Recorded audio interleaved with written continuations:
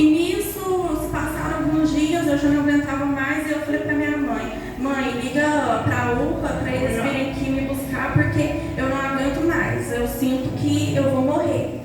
E nisso, ela desesperada ligou para minha irmã ligou lá, e eles vieram, né, de ambulância, e me levaram junto com a minha mãe. E o meu pai ficou de cama, porque todos nós três lá, eu, minha mãe e meu pai, a gente pegou.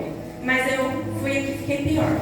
Chegou, eles me jogaram num quartinho e me deixaram lá, junto com a minha mãe. E eu, com muita sede, eu pedia água, eu já estava com falta de ar. E eles não davam nem água para me beber, mas graças a Deus minha mãe levou, então ela ficava me dando água. Chegou o horário de eu beber um remédio que eu bebia ele, a minha mãe foi, me deu o remédio. E nisso eu só fui piorando, eles não fizeram nada. Então, quando eu estava muito ruim, que eu já não estava nem conversando direito, eles foram, me colocaram um balão de oxigênio no quarto, que ele me examinou. Ele falou assim: nossa mãe, quando que você traz sua filha praticamente morta? Minha mãe falou: não, eu não trouxe ela morta, eu trouxe ela lúcida, eu trouxe ela conversando, mas vocês jogaram ela aqui, não fizeram nada, nem água deram para ela, e agora o senhor vai e fala que ela está praticamente morta. Aí ele falou: a gente vai arrumar ela, vai levar ela para a Santa Casa, mas para o desencargo de consciência, porque acredite, ela não vai sair de lá com vida. E aí nisso eles rasgaram minha roupa, colocaram no saco de lixo e entregou para minha mãe. E falou: a senhora pode ir. E ela assustou muito, ela foi sentar e ele falou: não precisa sentar aqui, senta lá no corredor. E nisso eles me encaminharam lá para a Santa Casa. Quando eu cheguei lá na Santa Casa, minha mãe foi comigo, aí ela ouviu a mesma coisa do médico de lá. Eles já me passaram para o CTI, porque eu estava muito ruim. Minha irmã falou que eu cheguei lá, eu já estava roxa e já não tinha consciência nenhuma do que estava acontecendo. E aí os médicos falaram: olha, vai entrar aqui do CTI, mas do CTI ela não vai sair com vida, porque ela já está praticamente morta. Então não tem esperança. E nisso eles me largaram no quartinho lá, sem nenhum oxigênio, sem nada. Porque aí depois eu acordei do coma, da glicose. E aí eu acordei desesperada, debatendo, sem ar nenhum. E a coisa mais triste é você estar consciente e sem nada de ar. E você tenta respirar e não consegue. Então aí eu tentei respirar com toda a força que havia ainda no meu pulmão ali. Eu tentei respirar, mas ar não entrava. Então eu falei: eu vou abrir a boca para ver se eu consigo respirar pela boca. Mas também não entrava ar. Então eu falei: eu vou gritar socorro para alguém me ajudar. Só que quando eu fui falar, minha voz também já não saía mais, porque não tinha ar nenhum para a voz sair. A voz precisa de ar para poder sair. Então eu desesperei, eu falei: eu vou levantar, porque a gente fica desesperado sem ar.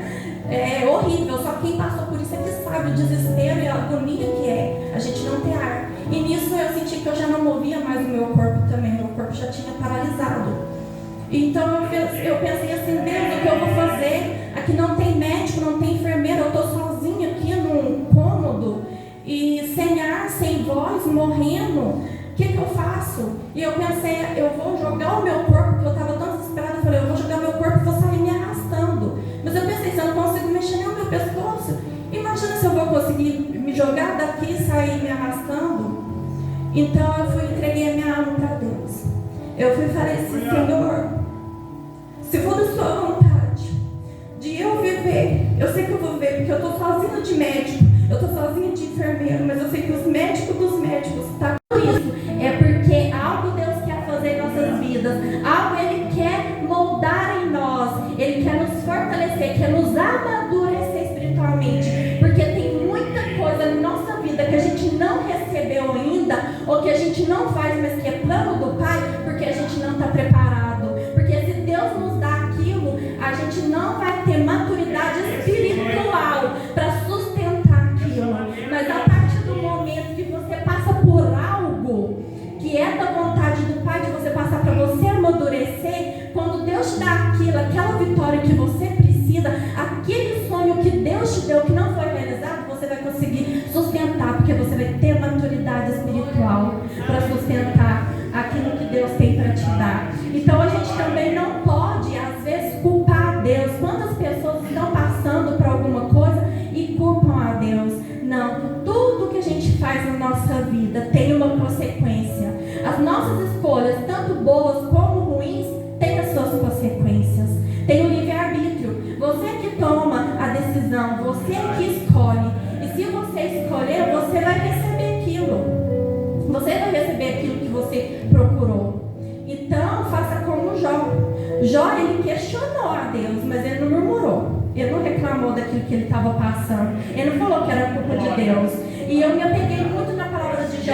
Eu li e falava, Deus, eu sei por que eu estou passando tudo isso. Eu sei que foi culpa minha, porque eu parei de te servir com intensidade como eu servia. E outra, eu sei que o Senhor está me moldando. Eu sei que quando o oleiro, ele molda o barro, dói. Só que ele está te moldando para ele te encher de novo. Porque talvez o vaso estava quebrado, estava trincado. E aí o óleo estava passando e entornando. E Deus não quer isso. Deus quer que transborde, mas que você passe para outro. Então é difícil, dói. Mas é para você crescer. É para você crescer. Não é fácil. Mas com Deus você consegue. Porque Deus não te dá um fardo que você não pode carregar. Ele não te dá um fardo que você não possa suportar. E quando você olhar para trás, você também vai entender o porquê que aconteceu. Porque às vezes eu não entendia, mas depois Deus te revela o porquê. E nisso eu falava, eu vou ser como Jó. Eu vou aprender a agradecer no momento de dor. E às vezes eu louvava a Deus, porque o louvor sempre teve presente na minha vida. Eu louvava a Deus com lágrimas